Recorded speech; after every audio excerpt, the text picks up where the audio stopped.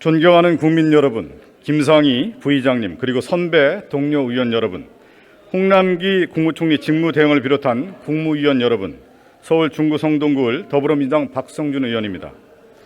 대한민국 헌법 제1조 1항은 대한민국은 민주공화국이다라고 규정하고 있습니다. 즉 우리나라는 민주공화국입니다. 저는 오늘날 공화국의 의미를 되새겨보고자 합니다.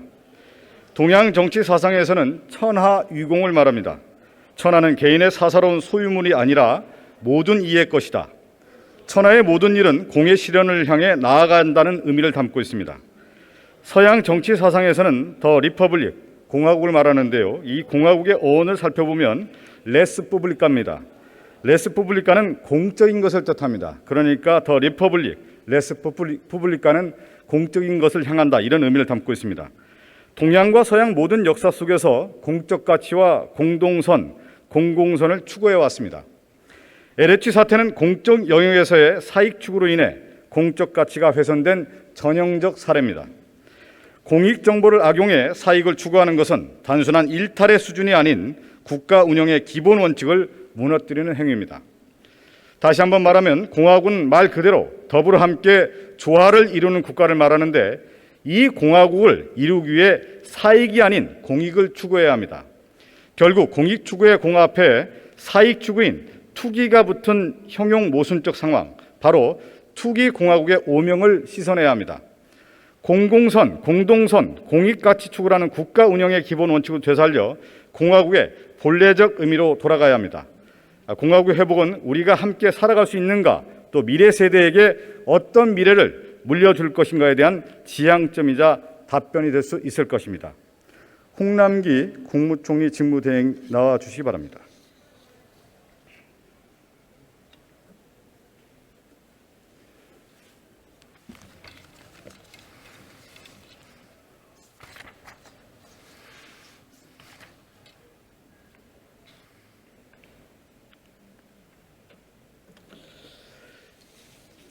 네, 총리 대행님. 네. 제가 그 공화국 얘기를 했는데요. 네. 레스푸블리카 그리고 천하위공. 근데 LH 사태의 근본적 문제는 저는 투기가 공화국의 가치를 근본적으로 훼손하고 있다고 생각합니다. 네. 홍남기 총리 대행께서 어떤 생각을 갖고 있는지 좀 여쭙고 싶습니다. 앞부분에 의원님께서 말씀하신 걸 쭉 잘 경청을 했는데요. 네. 저는 의견을 전적으로 같이 합니다. 그래서 따라서 이 투기 근절을 위해서 가장 근본적인 LH에 대한 조직의 혁신이 무엇보다 중요하다. 네. 그것이 이 투기 공황을 잡는 바로미터 잣대가 될 것이다, 이렇게 생각하고 있는데요. 지금 상당한 시점이 흘렀는데 지금 그 투기 근절을 위한 부분에 대해서 어느 정도 왔다고 좀 보시는지요? 예, 의원님 아까도 말씀드렸습니다만은 이번 LH 사태를 계기로 해서 부동산 투기를 재발을 방지하는 대책은 이미 정부가 3월 30일 날 네. 굉장히 아주 포괄적이고 광범위하게 마련해서 발표해서 시행을 해오고 있고요. 이제 LH 자체에 대해서는 지금 소위 LH 환골 탈퇴 방안을 만들고 있습니다. 세 가지 갈래인데요. 대개 LH의 조직과 기능을 어떻게 할 것인지, 그다음에 LH 직원들의 투기 재발을 방지하기 위한 통제 장치를 어떻게 갖출 것인지, 세 번째는 LH라는 기관의 경영 혁신은 어떻게 이룰 것인지, 세 가지인데요. 아까 말씀드린 것처럼 거의 이제 검토 마무리 단계에 와 있습니다. 아무래도 가장 중요한 거는 LH라는 조직의 기능 설정 내지는 이제 조직 혁신이 될 텐데요. 거기에 대해서 마무리 검토가 되면 저는 다음 달에 발표해 드릴 수 있을 거로 생각이 됩니다. 네, 좀 속도 내도록 하겠습니다. LH 문제의 근본적 원인은 이제 기능 독점에 있었다. 네. 당시 2009년도에 이명박 정부 당시 이 토지공사와 주택공사가 통합이 되면서 이번 사태가 예견된 것이 아니냐라는 분석도 좀 나오고 있는데, 그것은 바로 모든 조직은 견제와 균형의 원리가 있어야 되는 건데 LH 자체가 기능 독점이 되다 보니까 이런 문제가 예견된 것이 아니냐. 네. 그리고 이제 조직이 너무 비대화된 것 같습니다. 한 10,000명 정도 되다 보니까 실제 이 조직을 컨트롤할 수 있는 조직이 어떤 유지가 되기 위해서는 감찰 기능도 있어야 되고 실질적으로 서로 조직 간의 어떤 균형이 있어야 되는데 이런 기능들이 제대로 활용되지 못하고 있는 것이 아니냐라고 하는 분석들이 계속 나오고 있기 때문에 전반적인 어떤 검토를 통해서 LH가 환골 탈퇴, 그 다음에 조직 혁신을 좀 바꿔주기 바라겠습니다. 예, 그렇게 하겠습니다. 제가 그 앞서 이제 공적 영역에서 이제 공익 추구가 매우 중요하다, 이 LH 사태 문제를 얘기를 했는데요. 저는 이 부동산 문제가 부의 편중을 낳고 공동체 유지에 상당히 어렵게 한다는 관점에서 저는 접근을 해보고 싶습니다. 우리나라 이 상위 10%의 세대가 전국 토지 사유지죠. 77.2% 면적을 차지하고 있다는 통계가 있는데 이 통계 알고 계시죠? 네네, 그렇습니다. 그만큼 이제 부동산 편중이 심각하다라는 건데 부동산 편중은 부에 집중하고 그것이 이제 불평등의 구조를 낳고 있다. 결국 이제 공동체를 위기를 몰고 가는 근본적 원인이라고 하는 생각을 갖고 있는데요. 네. 어떤 생각을 갖고 계신지요? 예, 의원님 저도 지금 말씀하신 대로 부의 편중이 심각하다는 것에 대해서는 우리 정부가 좀 해결해 나가야 될 과제 중에 하나라고 보고요.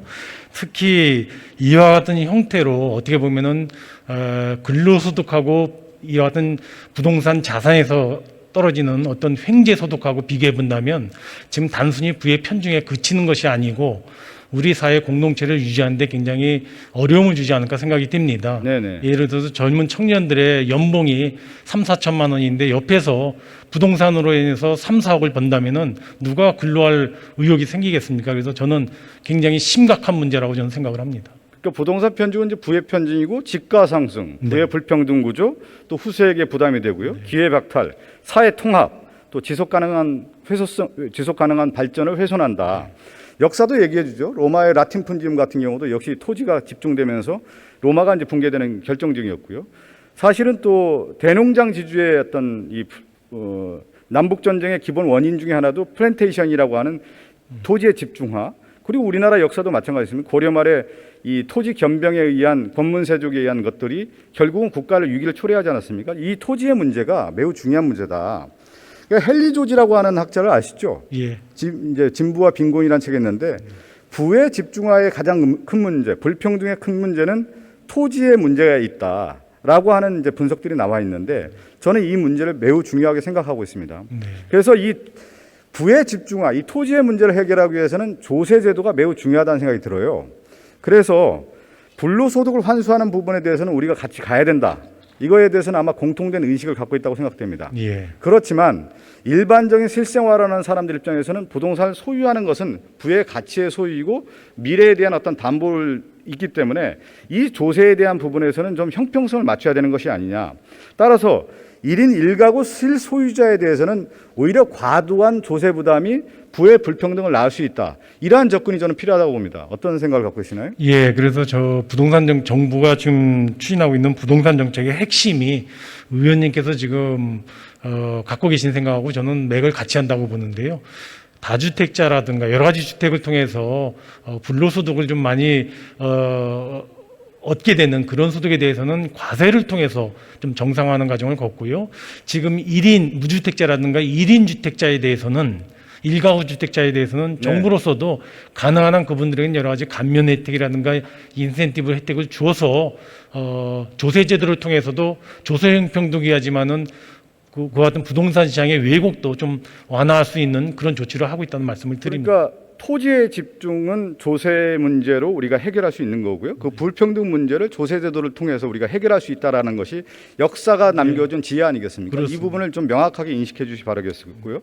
하나 더 지적을 하고 싶은 것 중에 하나가 뭐냐면 부의 편중 문제 중에 하나가 상위 10%의 통합 소득이 하위 10%의 통합 소득에 비해서 약 64배가 많다라는 통계 수치가 나오고 있습니다.